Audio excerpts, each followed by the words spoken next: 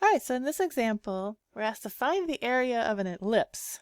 Okay, so we have this ellipse that's not necessarily in explicit form, right? It's it's 4x squared plus y squared equals 4.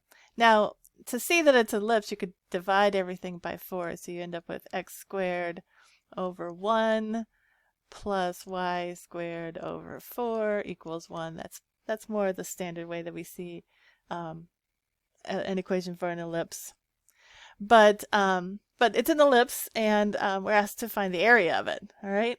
So let's first of all just draw what this looks like. So let me see here. Let me get a piece of paper here that I can put on. I seem to be able to draw better if I put a piece of paper on my. Oops, put a piece of paper on my tablet here. Okay, so I'm just going to draw the axes. Okay. And you can see in the x direction, we've got to go plus and minus 1. And then in the y direction, we're going to go plus and minus 2. Okay, just to kind of get an idea of what this ellipse looks like. All right, so let's see if I can draw a decent ellipse. Okay. All right. You know what an ellipse looks like, right? So it's sort of it. But essentially this is going, from between 1 and minus 1, and then between 2 and minus 2. Okay, we want to find the area of that. Now, we can use the symmetry of the ellipse, all right, because you can see it's centered at the origin and it's symmetric both across the y-axis and across the x-axis.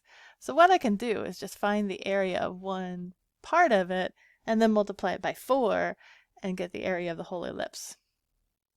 All right, but we've got to integrate, so it would be helpful to have this written as an explicit function.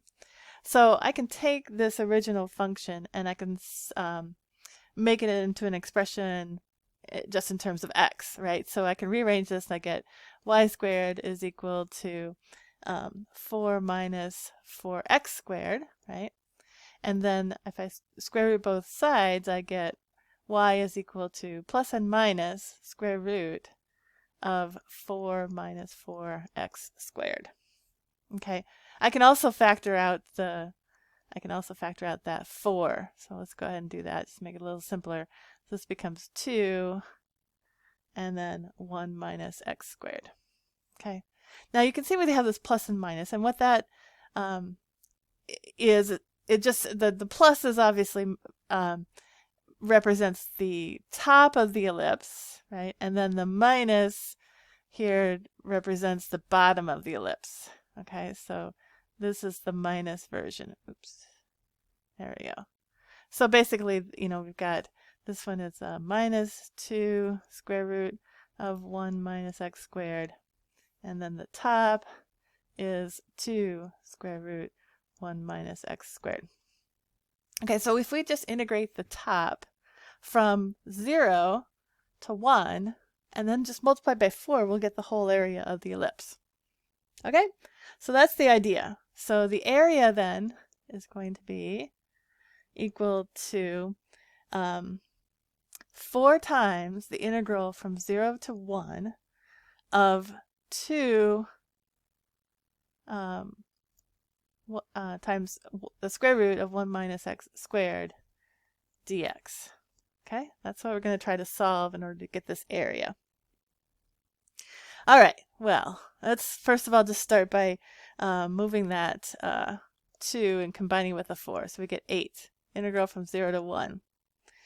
And all right, and then we've got, again, you can see we have a square root and a 1 minus x squared. All right, but there's not a good way to solve this.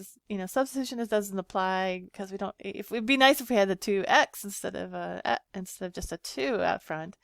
So this is another application of trig substitution. All right, so what I'm going to do is I'm going to say, well, let's let x equal sine of theta. Okay, just like I did before. So then dx is equal to cosine of theta d theta. All right, and Now, because it's a definite integral, I can also transform the limits. That way I don't have to go back to x in order to evaluate it. I can just, if I transform the limits of integration in terms of theta instead of x, then I can just leave it in theta, and I can actually evaluate the integral in terms of theta. So, all right, let's look at the lower limit, 0. So that if when x is 0, what is theta? So I'm looking for when does sine of theta equal 0. Okay, and I'm gonna again restrict my domain of the sine to be between negative pi over 2 and pi over 2. So that means that happens when sine is 0 when theta is 0. Okay, so that's fine. We can leave that alone then. And then I want to look at the other limit of integration. When x is 1, and that's sine theta, what is theta? So sine of theta is 1 when theta is equal to pi over 2. Okay, so I'm actually going to transform my limits of integration. It'll save me a step in the end, and then I won't have to convert everything back to x. So instead of integrating from 0 to 1, I'm going to integrate from 0 to pi over 2.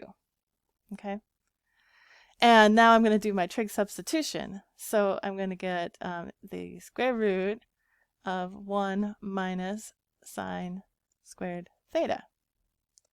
And d theta then is cosine of theta d theta. Or sorry, dx is equal to cosine theta d theta. All right. Okay, so now we can use our Pythagorean identities to just rewrite the 1 minus sine squared theta as cosine squared, right? So we got integral from 0 to pi over 2. So that becomes cosine squared theta. Take the square root of it, we get cosine theta. And then we have cosine times cosine, so that just becomes cosine squared theta d theta.